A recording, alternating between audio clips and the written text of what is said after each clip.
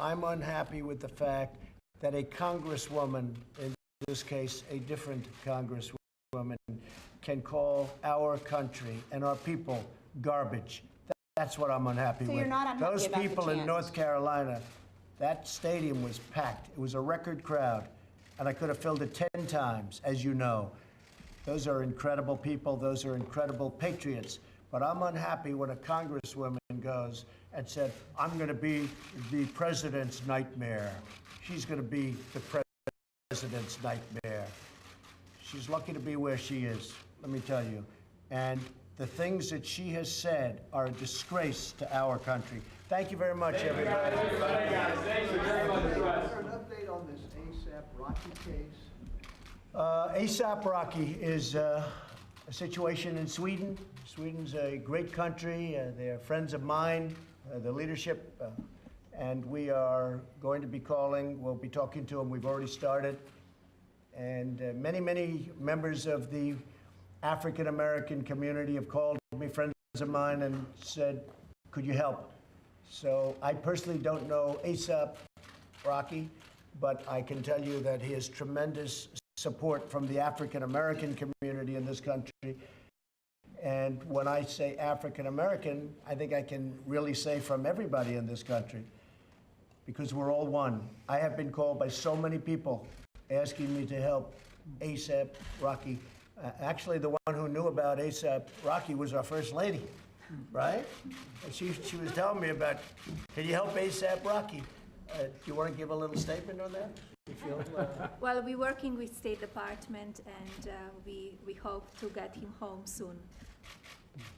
we're going to see. Sweden, we've had a very good relationship with Sweden. He's being held, as you know, in Sweden. And we've had a very good relationship in Sweden. So that's pretty much it. Thank you all very much. Thank you. Thank you very much. Thank you very much. Well, hopefully we're in good shape on the debt ceiling. I can't imagine anybody ever even thinking of using the debt ceiling as a negotiating wedge. When I first came into office, I asked about the debt ceiling, and I understand debt ceilings, and I certainly understand the highest rated credit ever in history and a debt ceiling. And I said, I remember to Senator Schumer and to Nancy Pelosi, would anybody ever use that to negotiate with? They said, absolutely not. That's a sacred element of our country. They can't use the debt ceiling to negotiate.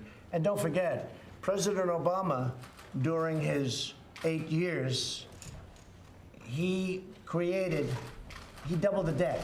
You take every president prior to President Obama, he then took it and doubled the debt, over $10 trillion. 10 trillion with a T, not a B, not a million, not a billion. President Obama put $10 trillion. It doubled the debt. It was at 10, it went to 20, went to even above 20. And some of it is attributed to him, even that I assume. So when they start talking about using the debt ceiling as a wedge to negotiate for things that they want, they have told me very strongly they would never use that. That's a very, very sacred thing in our country, debt ceiling. We can never play with it. So I would have to assume we're in great shape. But just remember also, the previous administration doubled the debt in our country. You take all of the presidents that came before, doubled the debt from there. It's a pretty big statement. And certainly it's a big statement to be talking about for that party to be talking about using the debt ceiling. And I don't think they are.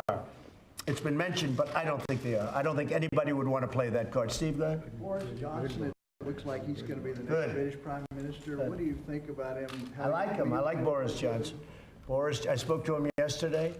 I think he's going to do a great job. I think we're going to have a great relationship. I think they done a very poor job with Brexit. I think the previous Prime Minister has done a very bad job with Brexit. What can I say? I mean, it's a disaster. And it shouldn't be that way. I think Boris will straighten it out. I like Boris Johnson. I always have. He's a different kind of a guy, but they say I'm a different kind of a guy, too. We get along well. I think we'll have a very good relationship. Thank you. President Trump, on Japan and Korea, since you just returned from there, there's ongoing tension. Yeah, there is ongoing tension between Japan and Korea. In fact, the president of Korea asked me if I could get involved. I say, how many things do I have to get involved in?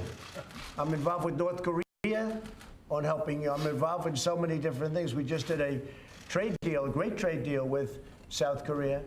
But he tells me that they have a lot of friction going on now with respect to trade, primarily with respect to trade. And Japan has some things that South Korea wants, and he asked me to get involved. So maybe if they would both want me to, I'll be. It's like a full-time